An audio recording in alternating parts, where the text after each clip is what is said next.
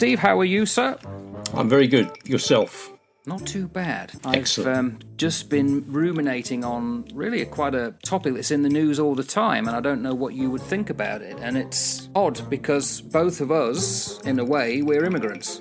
Totally. We migrated to New Zealand. We did. But right now in the news, it's always this thing about they're taking our jobs. They're trying to invade, especially in some countries. So why is it that people hate on immigrants? Yeah, well, some of it's just being very uninformed and ill-informed. I guess because at a very high level, it's because it touches into a number of core fundamental areas of life. It touches into psychology, your own thinking about things. It touches into economics, politics, and it also touches into the culture of the land that you have been born and raised in. And it does all of those things all at once. Right. So you get hit on multiple levels. That's why I think it's such a hot potato, hits so many levels of our world and our being all at once. And it's quite old. This stuff goes back to the Industrial Revolution and even further. I think in ancient Egypt were complaining about immigrants coming in at one stage. But in the modern world, they reckon it comes from the Industrial Revolution. There was this fear that workers were going to be replaced by machines, and then anybody who would come in to operate them they didn't like. That was the Luddites and so on. Yeah. But in our lifetime, it's become a recurring argument because it's easy, isn't it? This belief that there's only a set amount of jobs, which is false. And if you let anybody into the country and takes one, you've got one less, which is nonsense. It's complete nonsense. When you look back through history and you look back through the way that countries have grown and developed, and various countries have become powerhouses and then dropped down, there are always periods of economic strain. Suspicion will always fall on migrants. They will always be used because when people start to think that they're, oh gosh, my job is under threat, I could lose my house, or I can't get a house, or if I get sick, there's no one to help me in healthcare because it's all under pressure. What they do is they look for a very simple explanation to a very complex problem. Yeah. And the simple explanation is then picked up by guess who? Politicians and the media, and they start to exploit it for their own purposes by making the usual sort of droll suggestions. Oh, these migrants are taking our job. Oh, they're draining our healthcare system. Oh, they're doing all of this stuff. There's no social housing available because it's all being used for refugees. They spin it and they create this culture which feeds into one of the other points that I talked about when we opened. Culture. It creates cultural anxiety and it creates loss of our own identity as individuals. And people start to think it's all falling around me. This is a terrible thing.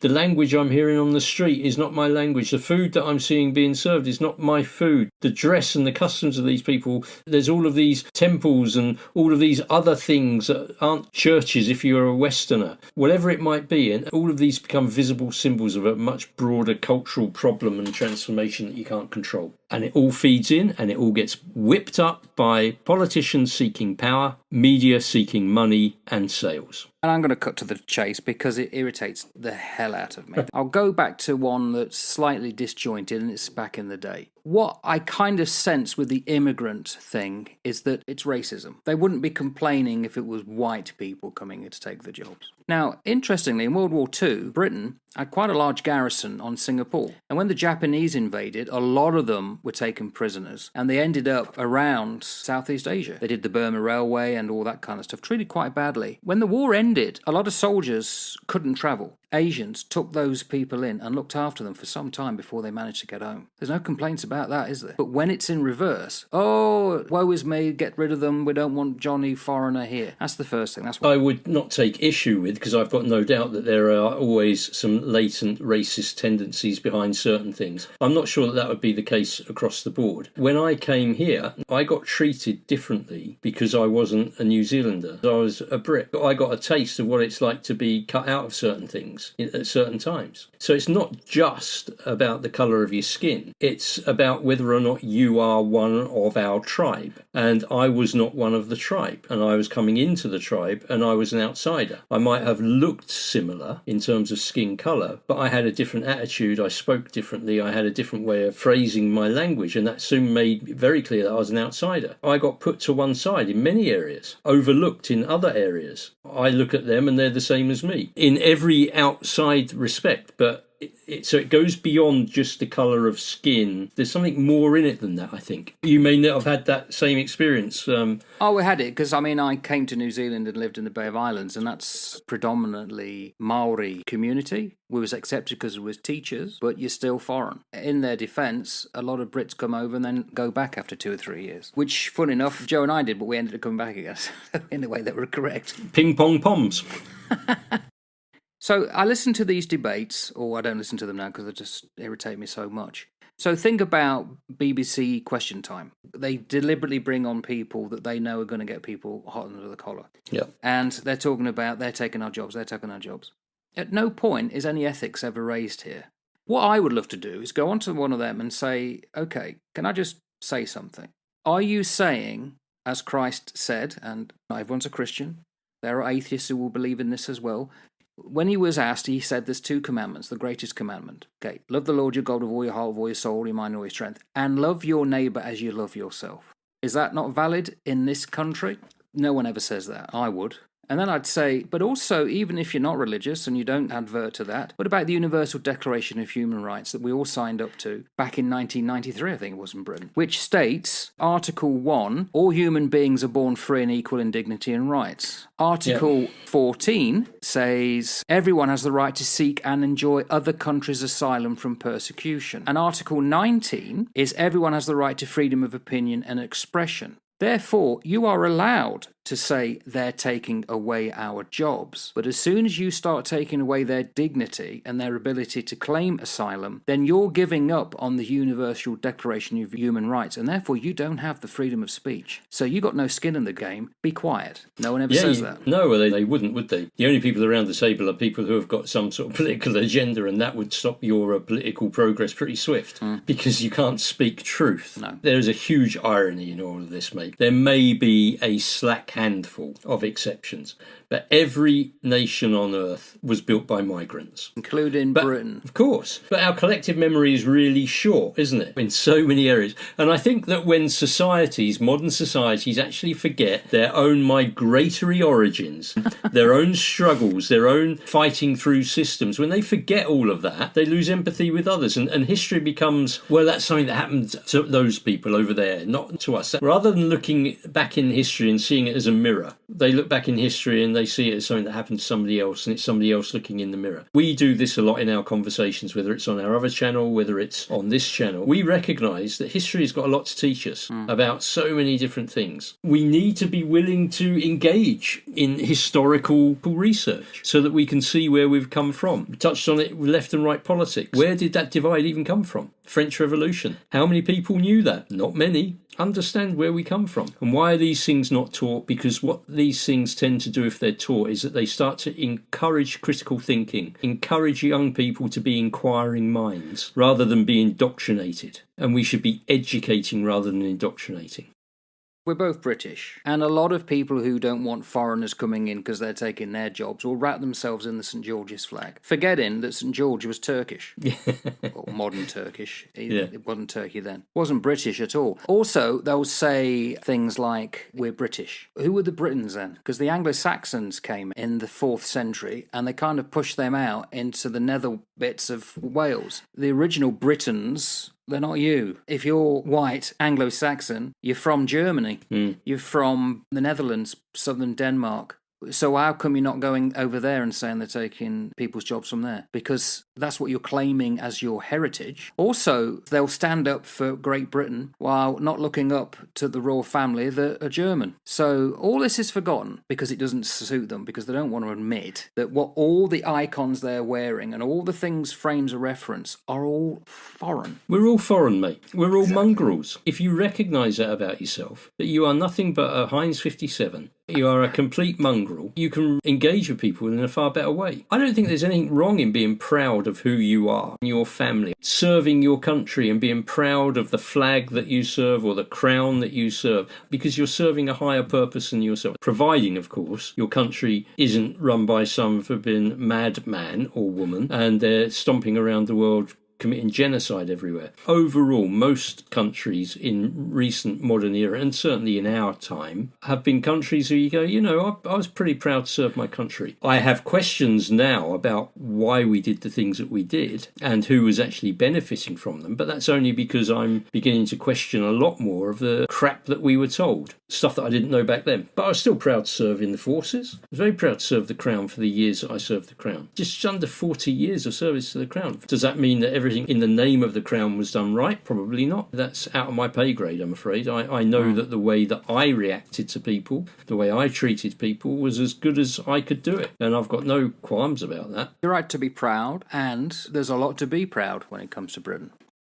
I always wonder when people talk about the people coming over the channel on the rubber dinghies and they're coming in and then they say they get these houses and all that. No, they don't. Because they've got no social security number. They're not given benefits straight away. They may end up getting some. They don't ask themselves, so why are they coming to British shores? Why are they literally going across most of Europe? And of course, compared to Europe, Britain doesn't take as many as some countries. But why come to Britain? Well, it's because they know English. And they know English because Britain went their way and spent a lot of time in some of their countries over the years, in the Middle East or in large parts of Africa and Southeast Asia or wherever. If you grow up in these countries and you look to a lot of people around you speaking English and that's what you've learned apart from your own language, if you have to escape, of course you're going to go to the one place you're going to be better by getting on, knowing the language and so on. And it's a shame that people then use that, they're only coming over here because they're all scroungers and we give them everything they want. English language, it's a universal language, isn't it? So that's always going to gravitate people to Anglophile nations. But also, the reason that a lot of people want to come over to the Anglophile nations is because they know they're going to be treated pretty well. Because irrespective of what basket cases those nations may be at the moment, invariably we treat people well. They're not likely to be locked up in a ghetto. They're not likely to be pushed into some form of labour camp. They're not likely to be held in solitary confinement somewhere. They will get treated with dignity and respect. Because that's just some of the underlying stuff which is still lingering in our westernised nations, particularly the English-speaking nations. There is a sense of fair play. Now, that's obviously being shouted at, and there is a lot of media amplification of aggravation around migrants and all of that sort of stuff. But that doesn't reflect the whole. I've got my bee in the bonnet about media, because I think media amplification of issues, where they turn negative stories into something that then dominates the headlines, while positive stories are very, very few. Just look at what the BBC has done recently with Trump. Oh yeah, doctoring that speech. Why did they do that? Because they wanted to ratchet something up and make it sound like something that it wasn't. That is not what the man said. You may not like the man, you may have total disregard for him, but let's be honest and call what he said what he said. They edited it and they spliced it together to present something that was untrue in order to dominate headlines, in order to create a negative story, to create fear, to create conflict, to drive crisis. Because this is what our media thrive on. You and I, a long time ago, when we looked for positive news items, we couldn't hardly find any, could we? It's very, very difficult to find. Go around the world, give me some good news stories. And it's like, you what? What are you asking for? Go into ChatGPT and ask for good news stories, and ChatGPT goes, sorry, I don't know who you are. Are you a bot? You can't be human wanting a good news story. In a world which is completely saturated with media and with news and with opinion and with comment, the media has got a lot to play in this, and the irony is not lost on me. We do the same thing through what we're doing here. Yeah, it's just bonkers. The human brain's negativity bias that we have within us means that we remember fear far more vividly than we do calm. And of course, we can understand as we were developing as a species why that was. You're going to be keeping on your toes and keeping yourself alive longer. Social media algorithms, they actually factor into that as well, They favour that. Well, that's another thing we can talk about, the algorithm, and now that is spewing out stuff now and skewing stuff as well. Modern content creators can hardly be heard anymore. You go onto YouTube now as someone who's not signed in and it doesn't recognise your IP, and you look at the stuff that's being recommended, it is appalling. People are being fed this. They think it's the norm. And I think that's what the whole point is. You desensitise people, and it's a conditioning that you can see where it will end up if people get in power. And they've tried it in various countries already in the modern Western world. They're struggling with hate speech and misinformation. When someone that's supposed to be unaligned like the BBC does it, then you know we've got a real problem, because it's now getting out of hand even with what you would consider reputable media. The problem we face is we're not going to listen to it. We'll go to others and then it's echo chamber. That's all we'll have. And it is unfortunate. And what gets me is how people can't recognize it as being misinformation. But then, like we said before, most people can't look at AI images and see them as false. I know. What have we done with the world? I blame you. You're the teacher. You should educated people a bit better. It should have. Talk like what I does. To be honest, I can't disagree with it.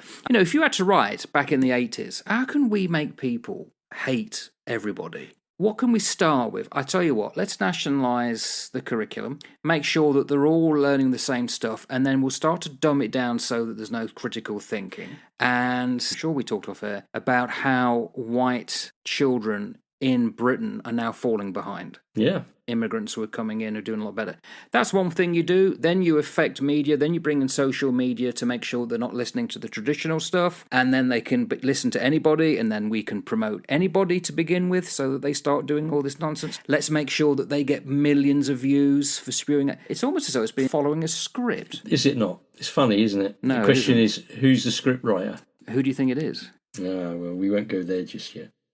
There's clearly a script that gets followed. Think back a few years and listen to certain key events that have happened over the last few years. And you go to news channel in different parts of the world and you listen to the reporting from the same talking heads on the news channel. It's almost word for word. You can splice these things together and you can end up with the full narrative from about 30 different news venues. Now, I appreciate that there's a centralisation of news, but there is stuff behind that. So who pulls the strings behind that? Where does it come from? Without going into deep rabbit holes of conspiracy theory, there are people who have the power. And you've got to be daft if you don't think there is an establishment that keep things in place. Politicians come and go. The establishment stay on. And the establishment can be very powerful. Whatever that establishment is and whoever is behind it, that's a different conversation. So you think then that there is an elite that seem to have taken over the media and the narrative? Well, there's definitely a narrative that gets pushed, and there are definitely people whose interests are power and money who are in control of it. I think that's obvious, isn't it? I think it's obvious, and I know it's being talked about in places like the States at the moment. Why is it during the government shutdown there, people were without, not even getting food stamps, and yet people in high places were making a lot of money? Because that's the way it's always been. Those who have will have more, those who have not got will have less. What we are seeing over these years, and this has been interesting for me to watch, because we bought into this probably in the 80s, that if you work hard, if you do your very best, you will be able to move up the social scale. That's only true to a certain degree. You might be able to buy your council house in the 80s. And so you've got your foot on the property ladder. You might be able to get another couple of houses before you get to your pension age. And then that's it. And then what happens is you end up sick and unwell, so you go into a home. And what happens to your home? What happens to the money that you have worked so hard for in your home? The government take it. It doesn't go to your family. It doesn't get passed back down the line.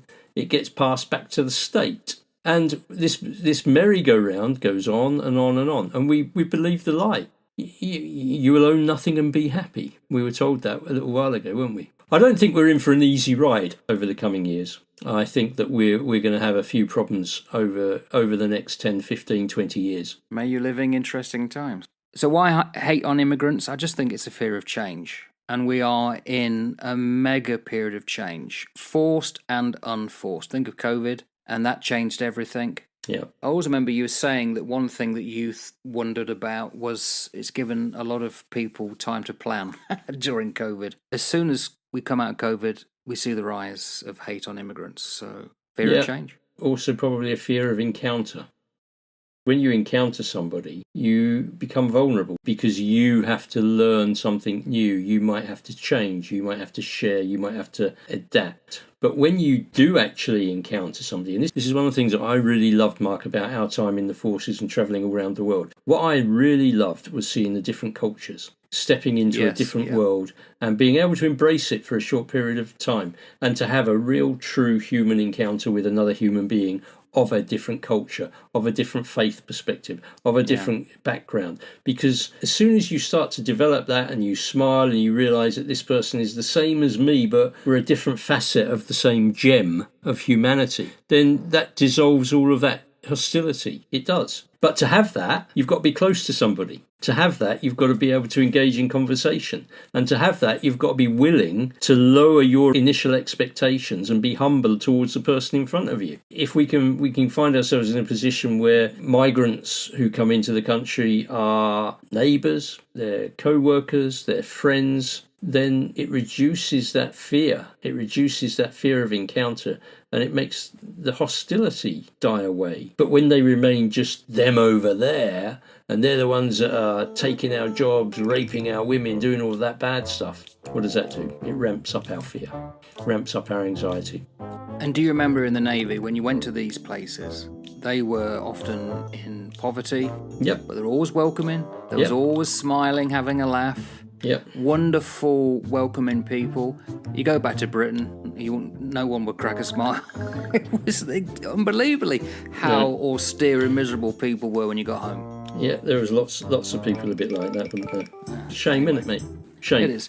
The hate on immigrant is stupid, and that's my take on it. And I think that's a very fine line to leave it on. It's all stupid. Later. Ta-ta for now then. Ta-ra, mate. Bye.